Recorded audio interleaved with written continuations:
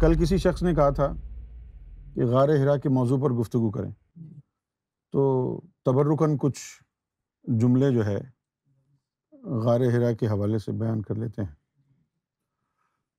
نبی پاک صلی اللہ علیہ وآلہ وسلم جب آپ کی عمر 7 سال تھی، 7 چھوٹے سے بچے تھے، جب آپ صلی اللہ علیہ وسلم کی عمر 7 سال تھی تو جبریل علیہ السلام آئے۔ اس وقت آپ خانہ کعبہ میں تھے۔ جبریل علیہ السلام آئے اور انہوں نے سینہ چاک کیا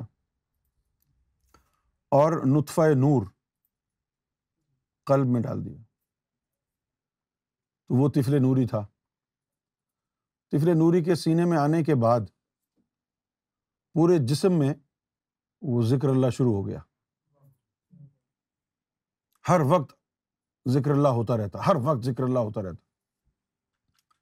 تو اب بڑے ہوتے جا رہے ہیں اور ذکر اللہ بھی بڑھتا جا رہا ہے، اندر ہی اندر، اندر ہی اندر۔ تو ذرا اور زیادہ بڑے ہوئے، 4-5 سال مزید گزرے تو تنہائی پسند ہو گئے، اکیلے بیٹھ جاتے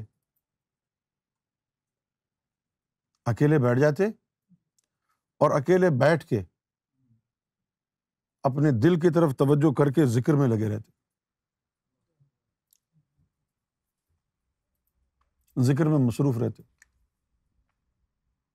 اور پھر اس کے بعد آپ کا یہ دستور بن گیا کہ کئی دنوں کے لیے آپ غار حرا میں تشریف فرما ہوتے، اور وہاں سارا کا سارا وقت جو آپ کا گزرتا وہ ذکر میں گزرتا، مراقبے میں گزرتا، مکاشفات میں گزرتا۔ کتابوں میں بہت ساری باتیں لکھی ہیں، خاص طور پر کتابوں میں وہ جو واقعہ لکھا ہے کہ جب حضور صلی اللہ علیہ وسلم پر پہلی دفعہ وحی آئی تو آپ پریشان ہو گئے، گھبرا گئے۔ اب جن لوگوں کی تعلیم، جن لوگوں کی دینی جو معلومات ہے وہ صرف کتابوں تک محدود ہے، جب وہ ان معاملات پر گفتگو کرتے ہیں تو عام لوگوں کو کنفیوزڈ کر دیتے، پریشان کر دیتے۔ اگر جبریل علیہ الصلوۃ والسلام جب وحی لے کے آئے تھے تو وہ جبریل علیہ السلام کی اگر پہلی ملاقات ہوتی تو سب سے بڑا مسئلہ تو یہ ہوتا کہ بھائی جبریل کون ہے، اس کی آتھینٹسٹی کیا ہے۔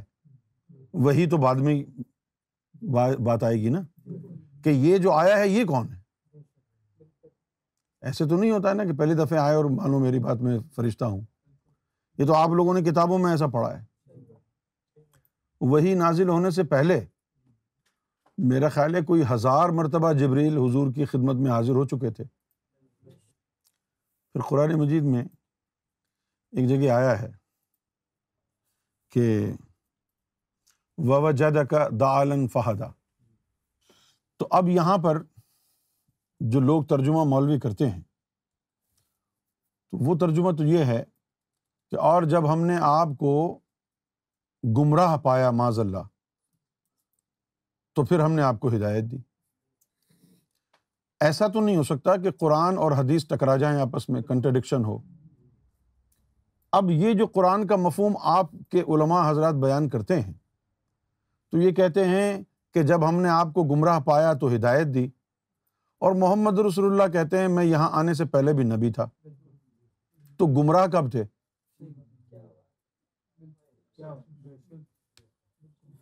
میں یہاں آنے سے پہلے بھی نبی تھا نا، یہ بھی حدیث مبارکہ ہے نا۔ تو اب اگر قرآن مجید کی طرف چلیں تو مسئلہ مولویوں کا یہ ہے کہ اب ایک لفظ آ گیا ہے ضال، تو اس سے مراد گمراہی لی گئی ہے، تو اب جہاں پر بھی یہ لفظ استعمال ہوگا وہ یہی ترجمہ کریں گے اس کا کہ بھئی اس سے مراد گمراہی ہے، جبکہ یہ جو دال ہے اس کا مطلب ہے گہرا سایہ۔ اچھا، اب نبی پاک صلی اللہ علیہ وسلم غار حرا میں ہوتے ہیں اور نبی پاک صلی اللہ علیہ وسلم کے پاس وقتاً فوقتاً جبریل امی کا آنا جانا ہوتا، اور آپ کے قلب مبارک میں شوق وصال، اللہ کو دیکھنے کا شوق، وہ اپنی انتہا کو پہنچ چکا ہے اور بہت بے قرار رہتے ہیں، اور بہت بے قرار رہتے ہیں، بہت بے چینی ہے، کیا کریں؟ ایک ایسا حال وارد ہوتا ہے آپ صلی اللہ علیہ وسلم کے اوپر کہ آپ کو کسی چیز کا ہوش نہیں رہتا، صرف اسی آرزو میں آپ کے شب و روز گزرتے ہیں کہ رب کا دیدار ہو جائے۔ تو جب اس قدر شدت کی آرزو اور شدت کی چاہت اللہ نے دیکھی ہے نا کہ میرا حبیب مجھے دیکھنا چاہتا ہے، تو پھر جو ہے جبریل کو بھیجا ہے کہ جاؤ لطیفہ انا کی تعلیم بتا دو۔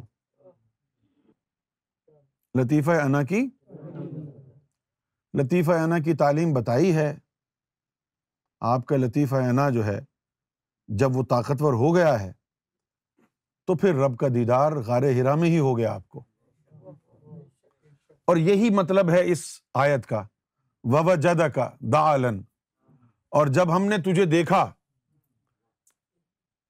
کہ شوق دیدار میں تو اپنے ہوش و حواس سے ماورا ہو چکا ہے، ایک دیوانگی اور ایک وارفتگی طاری ہے آپ کے اوپر، اور سوائے اپنے رب کے دیدار کے کچھ اور آپ کو سجھائی نہیں دے رہا ہے، فہدا، تو پھر ہم نے انسٹرکشنز بھیج دی، پھر ہم نے ہدایت بھیجی کہ اس طرح ہوگا دیدار۔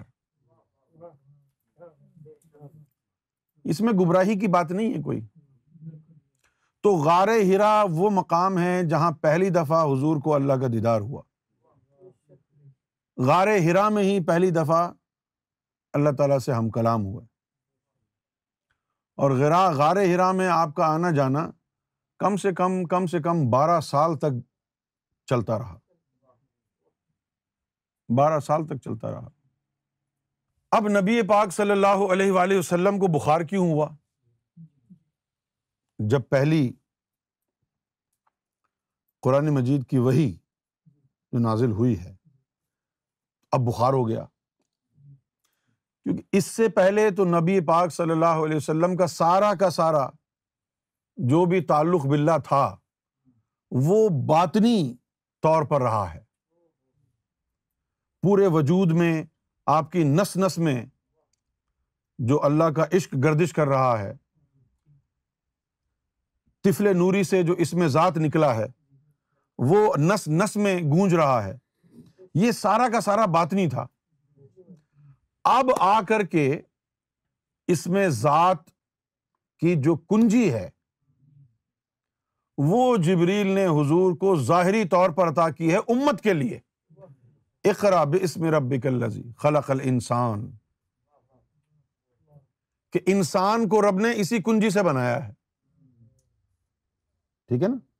اقرأ باسم ربک الذی خلق الانسان من علق۔ اب یہ جو اسم ذات دیا ہے نبی پاک صلی اللہ علیہ وآلہ وسلم کو، یہ کنجی ہے، فقط اسم ذات نہیں بلکہ اس کی مفتوح الاسم ذات ہے۔ یہ کیا ہے؟ یہ عربی زبان میں جو ہے مفتوح کہتے ہیں کنجی کو، اور اگر زیادہ ہوں تو پھر کہا جاتا ہے مفاتیح۔ یہ احادیث میں نبی پاک صلی اللہ علیہ وسلم نے کامل ذات کا انٹروڈکشن جب پیش کیا ہے تو کامل ذات کو اس جملے سے یاد کیا ہے، مفاتیح الذکر اللہ۔ کیا کہا؟ مفاتیح الذکر، یعنی یہ جو کامل ذات ہوتے ہیں یہ ذکر کی کنجیاں ہیں، مفاتیح الذکر۔ تو مفاتیح کیا ہوتے ہیں؟ کنجی کی جمع ہے، پلورل ہے۔ تو جو نبی پاک صلی اللہ علیہ وسلم کو جو ملی ہے، اب یہاں آپ دیکھیں آپ کے گھر کوئی DHL والا یا UPS والا کوئی پارسل لے کے آتا ہے نا, تو پھر آپ کو کہتا ہے کہ یہاں سائن کر دو. وہ کیا ہے؟ ایکنالجمنٹ ہے کہ آپ کو مل گیا ہے. یہی چیز یہاں پر ہو رہی ہے. اقرا, اکنالج کرو باسم ربک الذی. اکنالج کر لیں یا رسول اللہ کہ آپ کو رب کا اسم میں نے دے دیا ہے.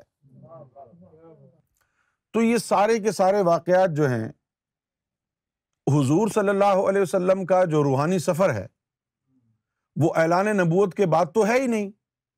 وہ سارا کا سارا روحانی سفر تو اعلان نبوت سے پہلے پہلے کا ہے. کیوں جی؟ اب آپ یوں سمجھ لیں کہ شادی ہو گئی ہے 25 سال کی عمر میں, اور شادی کے بعد سے پھر یہ جو 15 سال کا پیریڈ جو چلا ہے یہ سارا کا سارا روحانی ٹریننگ کا پیریڈ تھا. اب ہم تو کتابوں میں پڑھ لیتے ہیں کہ داتا صاحب جنگلوں میں گئے, غوث پاک جنگلوں میں گئے. حضور پاک نے تو اپنی آٹو بایوگرافی لکھی نہیں نا, نہ صحابہ کرام کو بیٹھ کے سنائی ہوگی کہ اعلان نبوت سے پہلے کیا کیا ہوتا تھا. لیکن اعلان نبوت سے پہلے جو 15 سال گزرے ہیں وہ سارے کے سارے تو روحانی سفر کے اوپر مبنی ہیں. اور جو آپ روحانی سفر سرکار گوھر شاہی کی کتاب میں, جو سرکار گوھر شاہی کی جو آپ بیتی ہے وہ پڑھتے ہیں آپ, کہیں پر کیسا حملہ ہے شیطان کا, کہیں کیسا دھوکہ ہے شیطان کا, اور سرکار گوھر شاہی شیطان سے, ابلیس سے نبر آزما ہے. اور اس کی ساری ناپاک جو اس کی کاوشیں اور کوششیں تھیں ان کو سرکار گوھر شاہی کی جواں مردی نے اور اعلیٰ ہمت نے ان کو شکست فاش دی. تو نبی پاک صلی اللہ علیہ وسلم کی بھی تو روحانی سفر گزرا ہے نا, وہاں پر بھی تو بہت ساری چیزیں ہوئی ہوں گی نا. ایک سب سے بڑی چیز تو یہ تھی کہ جب جبریل یا کوئی فرشتہ آتا تھا شروع میں تو آپ جو ہے بڑے اسکیپٹیکل ہو جاتے تھے اس کے بارے میں, یعنی آسانی سے یقین نہیں کرتے تھے. آپ کے ذہن میں یہ ہوتا تھا کہ کہیں یہ کوئی جن نہ ہو, کیونکہ یہ وہ دور ہے کہ جس دور میں زیادہ تر لوگ کاہن تھے.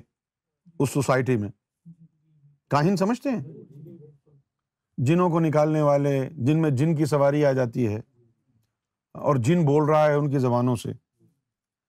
تو حضور صلی اللہ علیہ وآلہ وسلم کا بھی جو ہے نا یہ جو یعنی جو معاملہ ہے وہ کئی مرتبہ جو ہے نا اس طرح رہا ہے کہ اب جبریل آیا ہے, پریکٹس تو کرائیں گے نا شروع میں.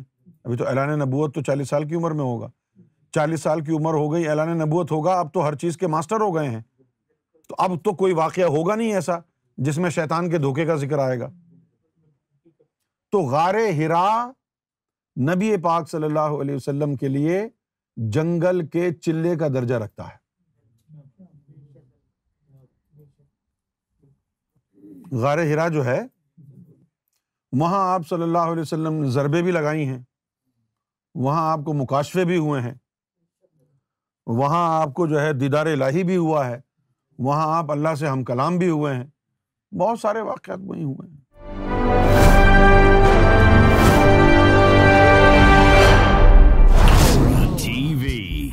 Bringing light, love, and peace in your life.